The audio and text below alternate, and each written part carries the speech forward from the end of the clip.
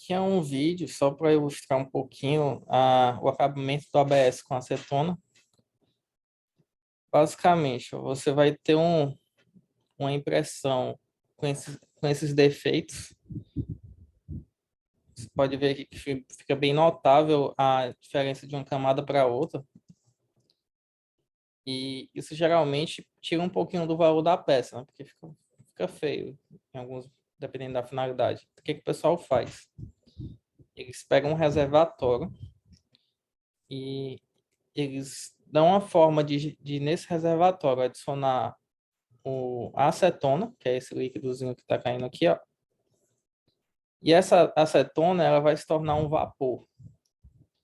Por quê? Porque quando ela se tornar um vapor, você vai lá, adiciona a peça que você quer dar o acabamento, que é em ABS, e você deixa lá por algum tempo tampado lá com esse vapor de acetona. Note que ele tem todo o cuidado aqui, ó, vou botar um calço para que a peça não entre em contato direto com o líquido de acetona. Por quê? Porque a acetona ela reage com o ABS, né? Meio que, em teoria, é como se ela queimasse. A reação química dela com a ABS gera energia e essa energia meio que derrete a superfície da peça. Então, se você colocar ela diretamente com acetona, você pode até deformar mais do que o necessário. Então, geralmente, a gente faz esse tratamento apenas com vapor da acetona. Tem várias técnicas aí de gerar esse vapor, que no caso tem esse reservatório que eu acho que o cara esquentou um pouquinho antes de adicionar a acetona. E aí depois ele deixou a peça dentro do reservatório fechado, né, para acumular lá o vapor. Existem algumas outras técnicas que utilizam uns cooler e tal. Né, tem várias opções aí na internet. Só tome cuidado porque a acetona é inflamável. Né, então, fique esperto aí. Se alguém for tentar isso em casa, cuidado.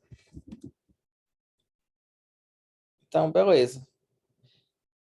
Depois que você deixa algum tempo a peça lá na acetona, ela vai ter um aspecto bem peculiar. Que é aqui, ó. Deixa eu ver aqui. Não sei se já dá para notar, mas a impressão que dá é que a peça meio que está molhada. Fica com um aspecto brilhoso e aqueles defeitos lá que a gente viu, eles meio que sumiram. Olha só. Tipo assim, ficou meio que lisa e brilhosa. Isso tudo é resultado da reação com a acetona. Então, dependendo da peça que você está fazendo, isso é bem interessante. Não é toda peça que você vai querer que fique assim. Mas, por exemplo, esse cavalinho aí que ele fez, ó, ficou bem legal. Então, para o PLA, existe algum, tipo, como eu comentei, um outro resíduo que consegue fazer essa reação, mas é bem complicado de conseguir. Né? Inclusive, geralmente ele é controlado pelo exército, porque dá para fazer alguns outros produtos ilícitos com ele. Então, eu não aconselho você tentar fazer isso, né? Tipo, tentar fazer esse efeito no PLA.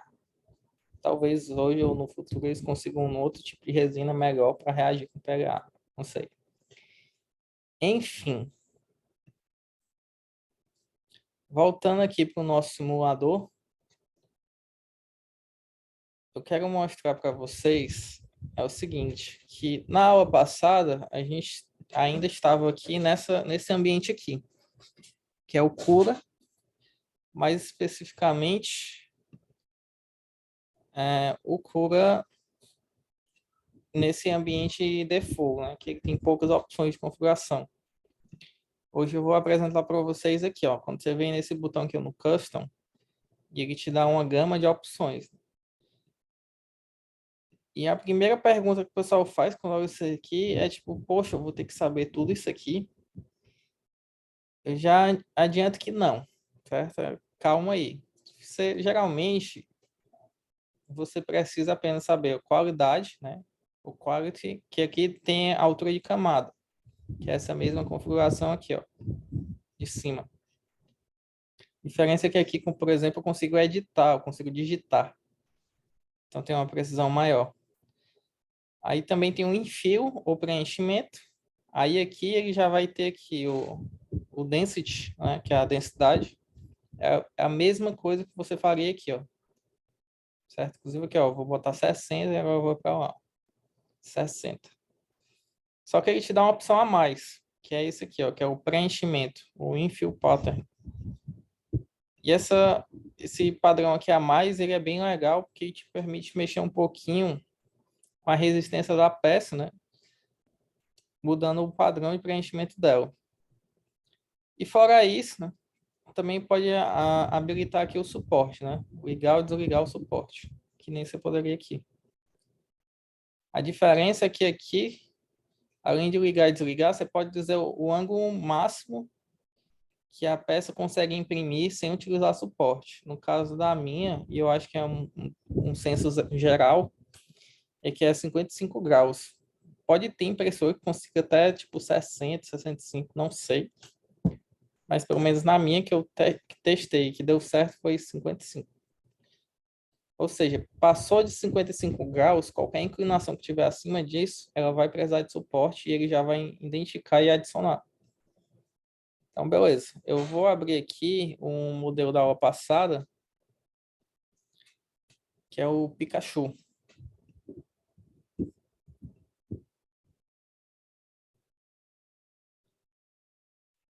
Beleza, aí eu vou mandar fatiar.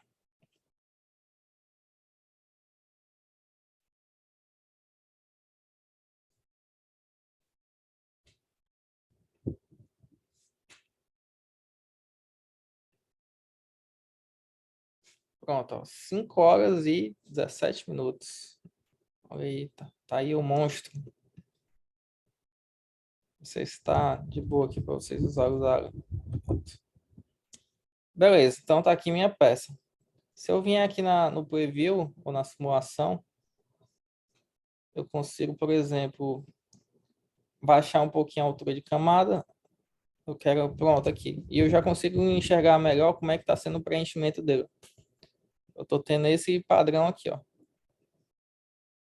Beleza. Aí se eu vier aqui em fio, que é o preenchimento, eu vou manter a porcentagem aqui de preenchimento, mas eu vou mudar. Tá em cúbico e eu vou mudar para zigue-zague. Vamos simular de novo.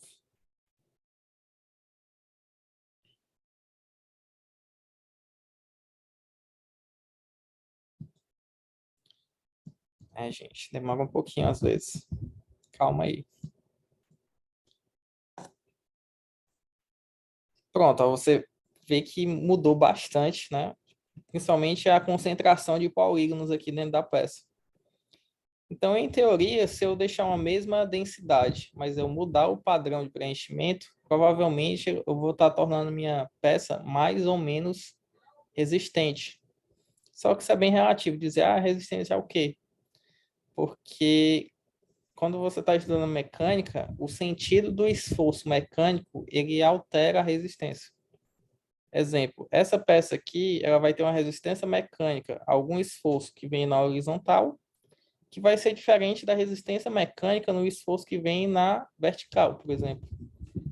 Entre outras situações. Mas, enfim, quando eu mexo aqui nesse padrão, e eu estou mudando a forma aqui que ele vai distribuir a força quando eu tenho alguma pressão. Então, cada padrão ele tem ele gera uma resistência em certas direções diferentes. Então, vale a pena, quando você está fazendo uma peça, você estudar um pouquinho para ver qual é o que faz sentido para você. Eu dificilmente eu faço peça mecânica que vai sofrer algum desgaste contínuo, então geralmente eu sempre uso esse zigue-zague ou então cúbico, que já é o suficiente para mim. Mas é interessante vocês pelo menos fazer uma vez cada um e tal, testar e entender aí o que que faz sentido aí para o que que você está fazendo. Como eu disse, cada peça você vai estudar a peça e achar a melhor configuração para ela. Então, vale a pena também entender qual é o melhor preenchimento. Dependendo da peça, talvez seja interessante eu nem ter preenchimento. Bota aqui zero. E vamos ver aqui como é que vai ficar.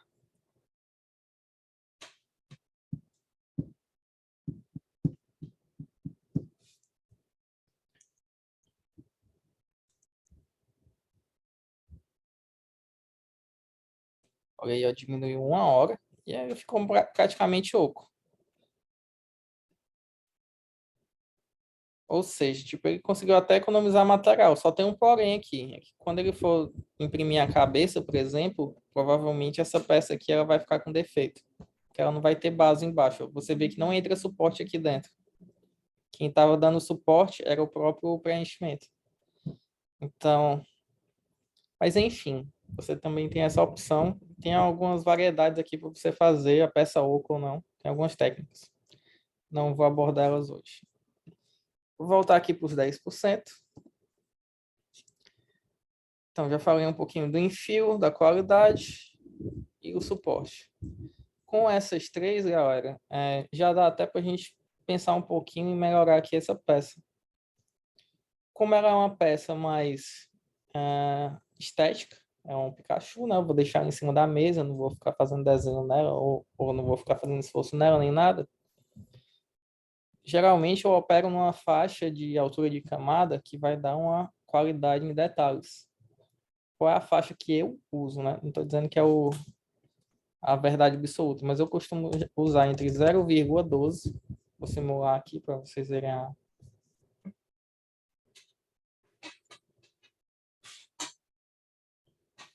Hoje está um pouquinho lento.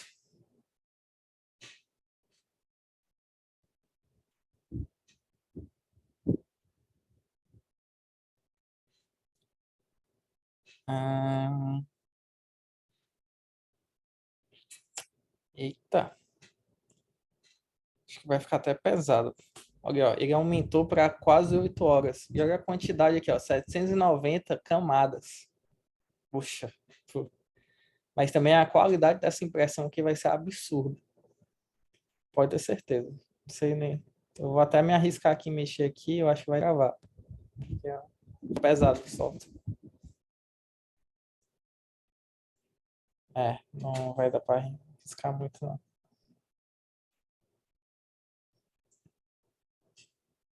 Olha aí, ó.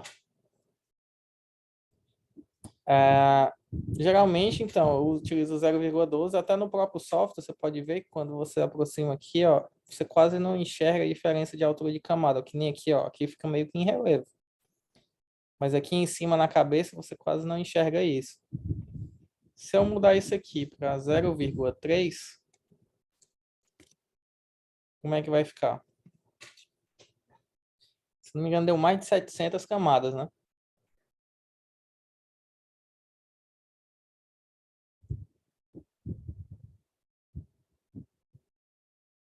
Olha só, diminuiu para 317, só que olha aqui a peça. Ela praticamente você consegue já enxergar no software como é que vai ficar os fatiamentos, né? Tipo as camadas aqui, ó, diferentes camadas. Isso aqui é um indicativo, então, que a qualidade visual da peça já vai ficar um pouquinho ruim. Então, eu considero que os extremos, né? 0,12 para mim é um extremo e 3 é um extremo. O que eu costumo fazer, eu boto entre... Se a peça eu quero que ela saia bonita, eu faço 0,12, 0,14, no máximo 0,15.